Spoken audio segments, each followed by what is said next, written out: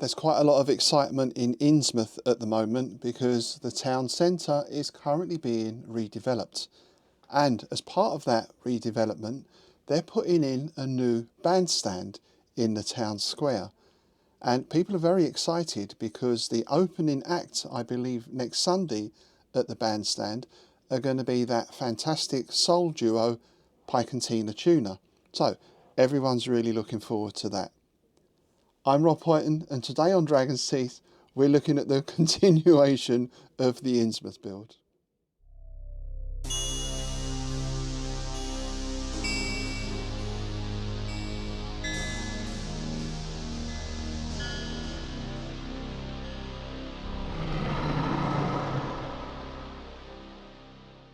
I'm going to start with my two buildings, well, constructions to be more accurate, I suppose. The tabletop Scenics clock tower and the Sarissa Night Terrors bandstand, which, as I mentioned previously, is already coloured, so that's going to save me a fair bit of time. Now, I think out of all the MDF buildings I've made, Sarissa are my favourites. They go together very easily. I've never had any issues. They're reasonably priced, so anything from Sarissa I know is going to be good quality. And tabletop Scenics as well. I've got some of those before. Again, very nicely done. So I'm not anticipating any problems in putting these together. Famous last words, eh?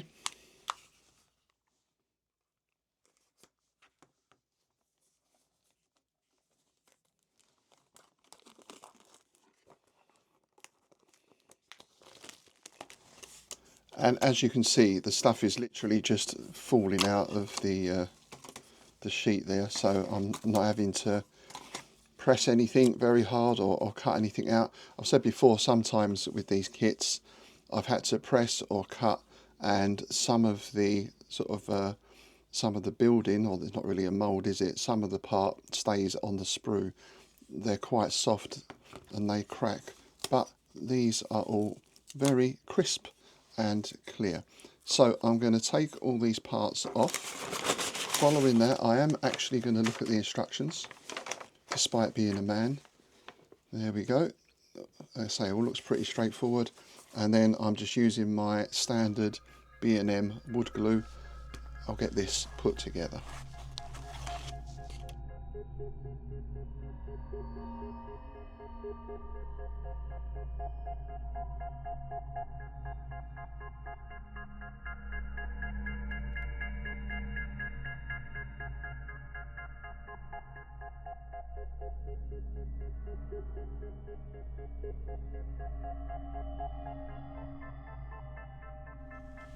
There's our Sarissa bandstand then. I love the fact that this is already painted, so I've just got to give that a wash. That went together very easily. The only issue I had was it was a little bit fiddly getting that roof on after having fixed the flooring in. But that's down to me rushing. What I should have done is given all this time to dry and set properly. I didn't, so I did have a little bit of an issue because I'm putting pressure on this part, and where this hadn't dried yet, it was moving out a little bit. There we go. Lessons learned. Be more patient.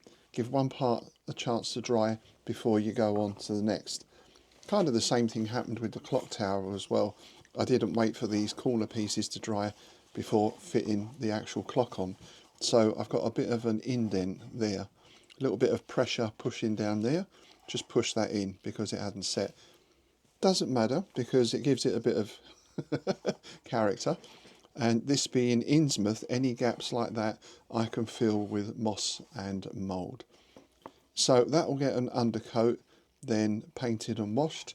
And the bandstand, as I said, well, really that just needs a bit of a wash, bit of an Innsmouth wash.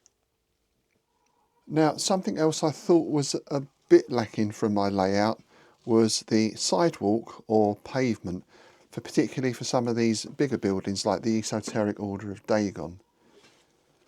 The issue I have is a lot of these larger buildings have this sort of front piece on. So we've got steps at the front, for example.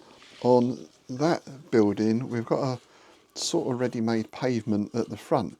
To be honest, I'd rather not have this. If I'd have thought about it when I made these, I might have even have cut this piece off. But there we go, we've got them now. I can still do sidewalk down the side of these, and of course coming off of these as well.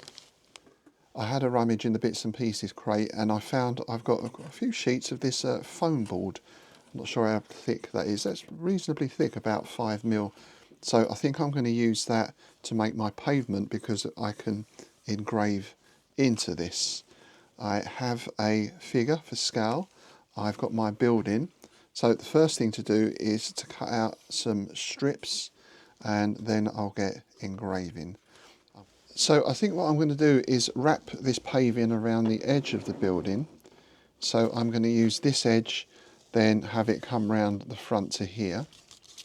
So first thing then is just to get my general size and scale. I'm not sure what's going to happen at the back yet, so maybe I'll just leave a little bit of overhang there. This is a job for the old Sharpie pen, and I use a steel ruler now for when I'm cutting stuff, obviously for measuring, but I found when I was cutting with the plastic ruler, it was taking off some of the plastic as well with the knife. So a steel ruler, and let's see what kind of width we want here. If we take pretty much the width of the base and add a little bit on top, then I reckon that should do us. So what's that going to be? Probably about 25mm or so. Let's call that 30mm. So I'm going to cut off some 30mm strips here. Then we'll get engraving. We'll do the curb and the paving slabs.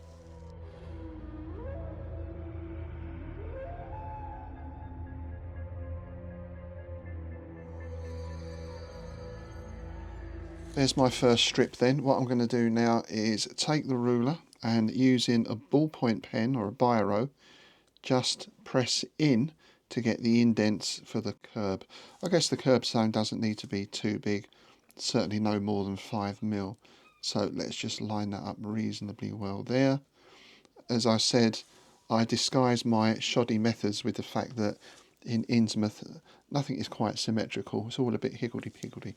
So I'm just going to put some pressure in there to get our indents. I'll do that a couple of times.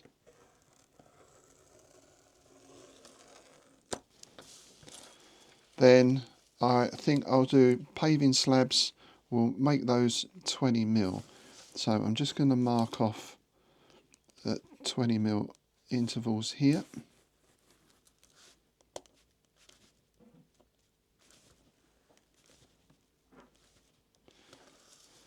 Now I'm going to put another line in here, I think, because we'll have 2 rows of paving slabs. So let me just measure what width I've got there. 3 centimetres. So if I make a line at 1.5, then that will divide that up into 2. Again, I'm going to press down for this line because this is going to be another indent for the slabs. I'll do that twice. It's one of those, you don't want to put too much pressure in and go right through, but we do want a bit of a groove. We're getting into the Innsmouth groove. Okay, so what I'm going to do now is just draw in my paving slabs or engrave them in. I'll do the 2 centimetre on this line as well, and that should give us our basic template.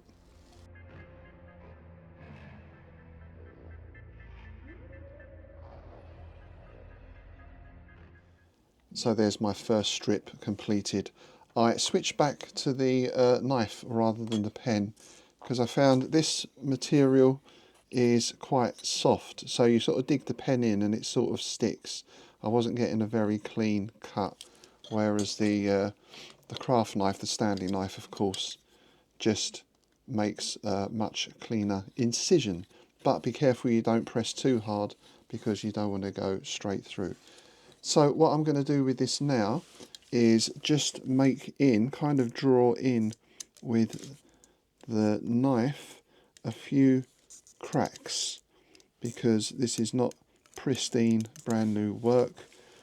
This is all run down and grimy, so I just want to do that.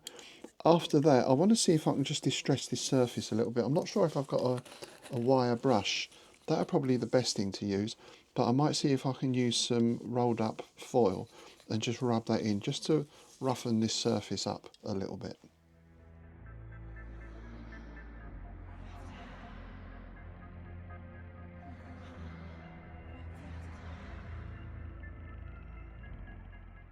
Alright, I've done a couple of strips with this foam board.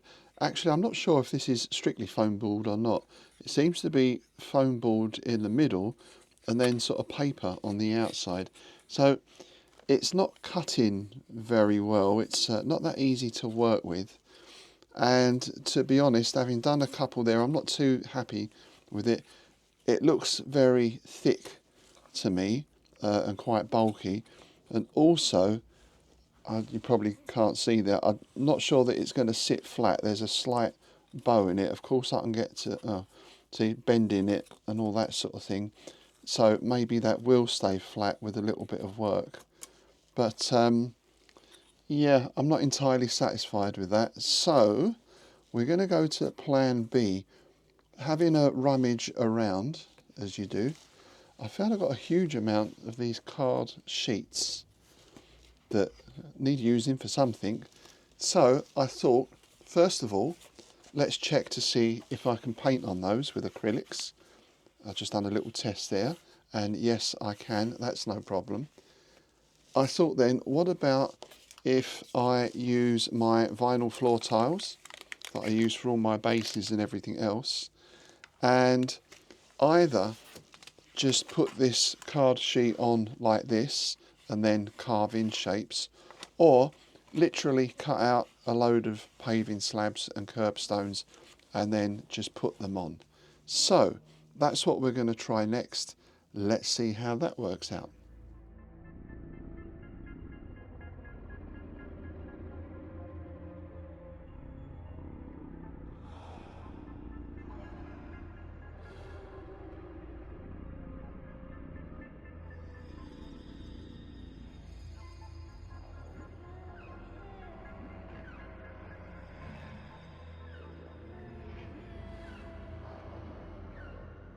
I'm pleased to say that's worked out quite nicely. So I've cut out those strips, I've put them on the vinyl backing, which gives them a nice bit of thickness and strength as well.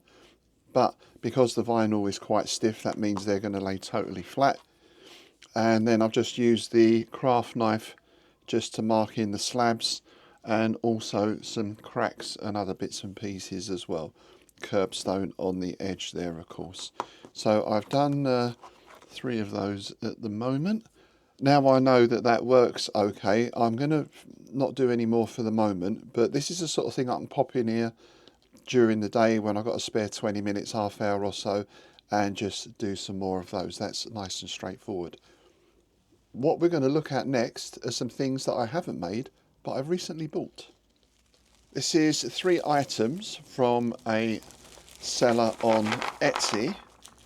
And the first is this collection of barrels. Oh, they're quite large, aren't they? Larger than expected. Some small ones as well. So that's going to make some excellent scatter terrain.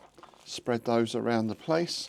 I think the thing with scatter to bear in mind, especially for skirmish type war games, is yes, they look good on the table. They fill those little gaps in. But also, of course, they do have a practical use in that they provide cover, whether that's against missile fire or for people or things to hide behind. A good place for creatures to lurk and reach out and grab you as you walk past, of course. So those are the barrels. There's a fair number of those. They were about £4. So I could have made these, but it would have cost more than £4 in raw materials, I would have thought. So those are good. The next thing I have are 2 houses.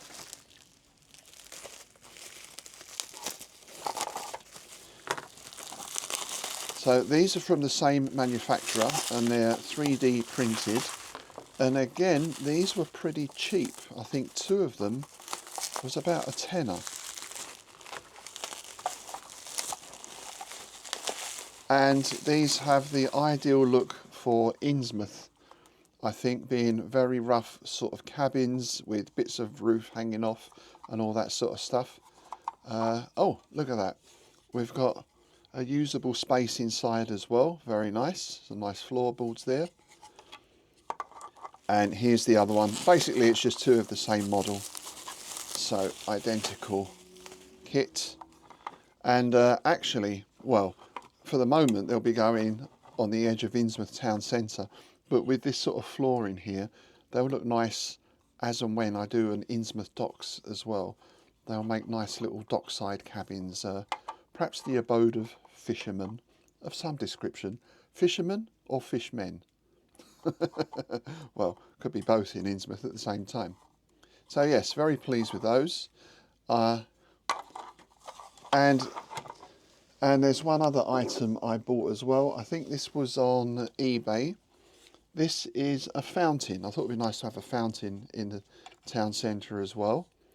Now, in the picture, one of the reasons I got this, it looked like this figure here. It looked a bit more sort of fish or toad-like on the picture. That's actually like a sort of wolf's head.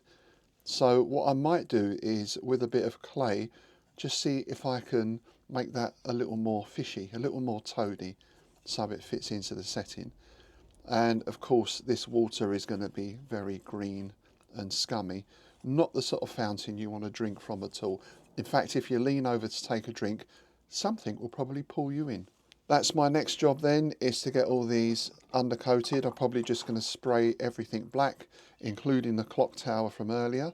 I need to wait for the weather to change to get that done, because of course I spray outside, and it's bloody windy and freezing at the moment.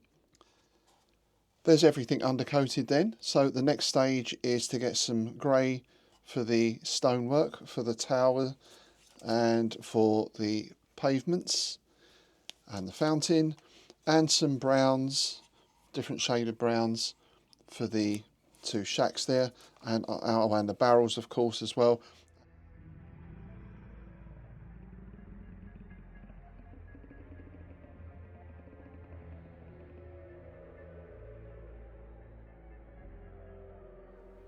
Okay, everything's painted now, or at least the first coat, and a little bit of highlighting as well. And as I mentioned before, just to cover that gap, I've used some scatter with PVA glue in there, put a little bit here and there on the roof and at the base as well. I've also added some of that to the roofs of the little shacks, the cottages, just to give a little bit of extra texture and colour on those. And also on the fountain as well. Again, because this is Innsmouth, everything is a little bit overrun, overgrown, a bit past its sell-by date. The next thing is to give everything an Innsmouth wash. Once again, I'm using my trusty homemade Innsmouth brew, and this should age and what's the word I'm looking for? Distressed? Is it? I think when people do furniture now, they call it distressed, don't they? We'll stick with that. So I'll give everything a good layer of Innsmouth wash to make it look a little more distressed.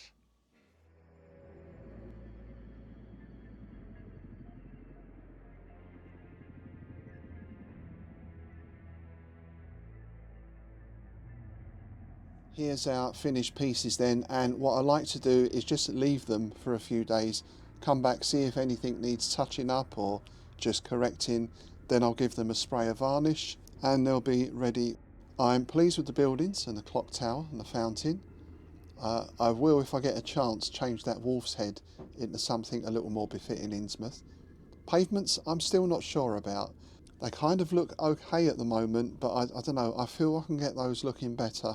So that is a work in progress. In terms of what comes next, I want to start playing around with a few different layouts. What I tend to do at the moment is when I get somewhere to set the game up, it sort of goes up different every time, which is fine, it's spontaneous. But I want to start working to a little more of an organised plan. So I have perhaps a sketch of where everything goes. That will save quite a lot of time in setting everything up. And of course then I'm getting the best layout for the scenario. And there will be a few different scenarios running in this terrain as well.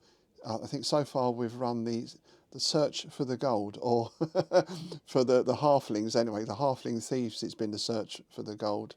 The deep ones are picking up the gold from Old Man Marsh and Co. But in the future, we will be looking at porting that into the modern era, or at least 1920s, maybe modern day, with the escape from Innsmouth. Can you get to the bus? Can you get it working? Can you get it out of town? All that to look forward to then, and that will be making an appearance at the Innsmouth Literary Festival, Saturday the 19th of September.